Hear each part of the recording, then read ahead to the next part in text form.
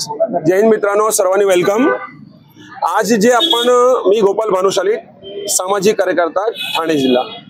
आज विषय आपला हे आहे की ज्याप्रमाणे आपण ऐकला असेल, कल्याण डोंबिवलीमध्ये 65 ते 70 अनधिकृत इमारत बांधण्यात आणि त्याच्यामध्ये बोगस सही सिक्के बनवण्यात आले होते आणि सदनिक्यामध्ये काही बँकेद्वारा लोन पण करण्यात आला होता आणि रजिस्टर कार्यालयामध्ये अवैध डॉक्युमेंट, जे डॉक्युमेंट रजिस्टर होत नाही ते पण रजिस्ट्री करण्यात आली होती। तर ते सेम मॅटर आपले ठाणे महानगरपालिका अंतर्गत कडवा आणि दिवा प्रभाग समिती यांच्या अंतर्गत घडलेले आहे। या ठिकाणी 8 ते 10 इमारती असे बांधण्यात आली आहे जे अवैध बांधण्यात आली आहे। कुठलेही ठाणे महानगरपालिकाकडे कुठलीही नोंदणी नाही, त्याची शहर विकास विभागाकडे कुठल्याही प्रकारच्या त्यांच्याकडनं VP नंबर पास केलेला नाहीये, तरी त्या ठिकाणी इमारती उभी करण्यात आली आहे। दिवा प्रभाग समितीमध्ये अंदाजे 7 ते 8 इमारती असे आहे। कडवा प्रभाग समितीमध्ये अंदाजे 6 इमारती असे आहे जे संपूर्ण अनधिकृत आहे, कुठलीही त्यांना परवानगी नाही। ज्याप्रमाणे काही स्थानिक म्हणजे सूत्र आहे त्यांनी मला माहिती दिली, माहितीच्या आधारे रजिस्ट्रार कार्यालय यामध्ये मी माहिती घेतली, सर्व कागदपत्र सर्व उपलब्ध आहे। याविषयी ठाणे महानगरपालिका आयुक्त, कडवा प्रभाग समिती, उपायुक्त, रजिस्ट्रार कार्यालय सर्वांना माहिती लेखी स्वरूपात देण्यात आली आणि त्यांच्या निर्देशनात ही वस्तू मी आणून दिली होती। पण आज सदर विषयाला अंदाजे 5 ते 6 महिने झाले आहे, कारवाई शून्य आहे। कुठल्याही प्रकारच्या ठाणे महानगरपालिका किंवा कडवा प्रभाग समिती बोला, रजिस्ट्रार कार्यालय बोला, यांनी कुठल्याही प्रकारचे गुन्हे नोंदणी केलेले नाही। आयुक्ताला काय मागणी करणार? माझ्या मत अनुसार ठाणे महानगरपालिका या ठिकाणी एक मोठा सिंडिकेट चालवत आहे। सिंडिकेट हे नाव असासाठी, कडवा प्रभाग समिती ज्याप्रमाणे आज अनधिकृत इमारत बांधण्यात आली आहे, नियमाप्रमाणे DPL प्रोसेस असते। कडवा प्रभाग समितीचे सध्याचे सहाय्यक आयुक्त ललिता जाधव मॅडम आहे, त्यांनाही ही बाब निर्देशात आणून दिली होती। पण या अगोदरचे ज्याप्रमाणे सहाय्यक आयुक्त, तत्कालीन सहाय्यक आयुक्त, त्यांची दुसऱ्या ठिकाणी जे पोस्टिंग होते तर त्यांनी हे प्रोसेस पुढे वाढवावी। आपल्याला सर्वांना माहीत आहे, अनधिकृत इमारतीसाठी शेवटी जर इमारत उभी राहिली 268 ची नोटीस देण्यात येते, बरोबर आहे।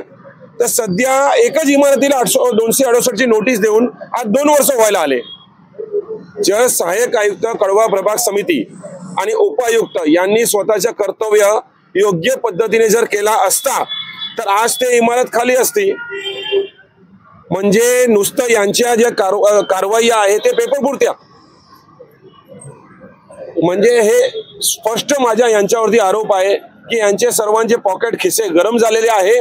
म्हणून आता हे लोक काय वाट पाहतात की कोर्टामधनं जेव्हा ऑर्डर येणार, जसं आपण आज दिवामध्ये पाहताय, आज दिवामध्ये अनेक गोरगरीब लोक आहे जे बिचारे रस्त्यावरती आले आहे, ज्यांनी चुकून का स्वस्त मध्ये रूम घेतली। आज बिल्डर यांना सांगत नाही, बिल्डर यांना काय सांगतो की तुम्हाला लोन वगैरे सर्व आम्ही करून देतो, पण लोन कुठल्या पद्धतीने होतात?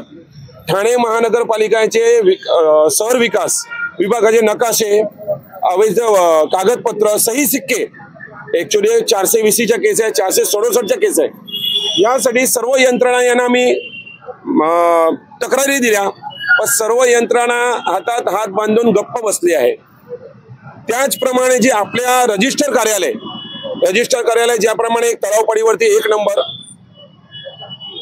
चरीमध्ये 2 नंबर आणि खारेगाव कडवा येथे 3 नंबर 9 नंबर, या रजिस्ट्रार ऑफिसरांना पण सदर बाब मी निर्देशनात आणून दिली।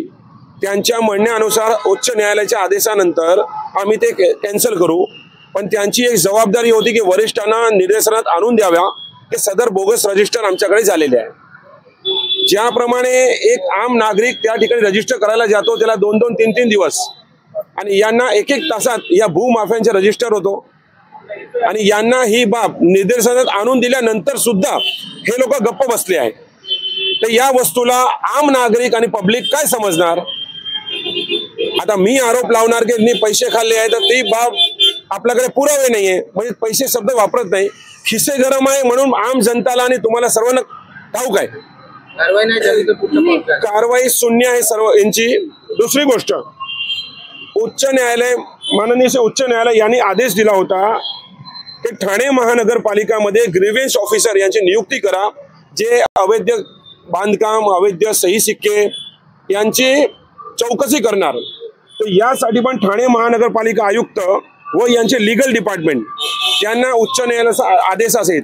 ऍक्च्युअली जे हे PIL मध्ये आदेश आला यामध्ये पण माझा हात आहे, पण लेखी माझ्याकडे याचे पुरावे कमी आहे. सदर जे PIL चालू होते, PIL नंबर पण आहे, त्यामध्ये पण इन्व्हॉल्वमेंट माझा पण आहे यामध्ये. तर आयुक्त गप्प. 29 जुलै यांना माहिती देण्यात आली होती, पण त्यांची कारवाई शून्य.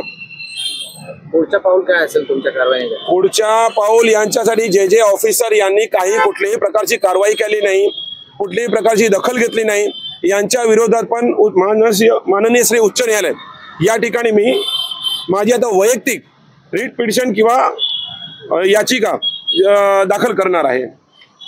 मुख्य बाब म्हणजे आणखीन जे तुम्हालाही माहित आहे, पण तुमच्या परत एक निर्देशनात आणि आम सर्व जनता निर्देशन आणून देत आहे की एक माणूस गावातून आणला जातो गोरगरीब, त्याच्यावरती नुसतं MRTP दाखल करत जावा, हे प्रकरण चालू आहे. पण खरं जे भूमाफिया आहे ते कोण आहे, यांची चौकशी करणार कोण? तर याचप्रमाणे दिवा प्रभाग समितीमध्ये एक जे भूमाफिया आहे त्याच्यात अति डेअरिंग आहे. त्यांनी स्वतःच्या नावावरती MRTP घेतली आहे. त्यांच्या नाव आहे उत्तम सावंत. अंदाजे त्यांच्या 7/12 वरती तहसीलदार कार्यालय यांनी 72 लाख रुपये बोजा चढवलेला आहे. त्याला 2 ते 3 वर्ष झाले, पण तहसीलदार, मंडल अधिकारी आणि आपले कलेक्टर साहेब गप्प. या जागेवरती जर कुठला गोरगरीब बिचारा रस्त्यावरती पावभाजीची गाडी लावतो किंवा नाल्याच्या बाजूला छोटासा एक स्टॉल मांडतो, त्यांच्या एका दिवसात ते तोडण्यात येतो. म्हणजे ते काय देऊ शकत नाही म्हणून. आता लेटेस्ट सर्व पत्रकारांना माहित आहे, एक मंदिर बघा, मी कुठल्या राजकीय पक्षाच्या मी नाहीये, मी एक सामाजिक कार्यकर्ता आणि ही बाब मी सर्वांच्या समोर आणत आहे. एक मंदिर तोडण्याचा पण विषय आला होता, सर्वांना माहित आहे ना. पण एक मंदिर साठी एका दिवसात कारवाई का एका महिन्यात कारवाई, हे काय चालू आहे? मग एवढे जे 8-10 माळ्याची इमारती बांधतात, सही सिक्के बनवतात, त्यांच्यावरती कुठलीही कारवाई नाही. म्हणजे प्रशासन गप्प. तर या गप्प का आहे हे आता आपण सर्व पण आणि आम जनता जी आज बघत आहे ते सर्व समजू शकते. आणि आणखीन एक शेवटची गोष्ट, ही बाब मी ठाणे पोलीस आयुक्तालयाच्या अंतर्गत पण आणून दिली होती. माननीय श्री आयुक्त साहेब यांनी, ठाणे पोलीस आयुक्तालय त्यांनी मला सांगितलं होतं की याची पण चौकशी होणार. ऍक्च्युअली याच्यामध्ये काय आहे, पोलीस काय इन्व्हॉल्वमेंट करू शकते? अवैध कागदपत्र सही सिक्के बनवण्यात आले आहे. म्हणजे याच्या 420च्या शासना संगती मोठी बाब आहे.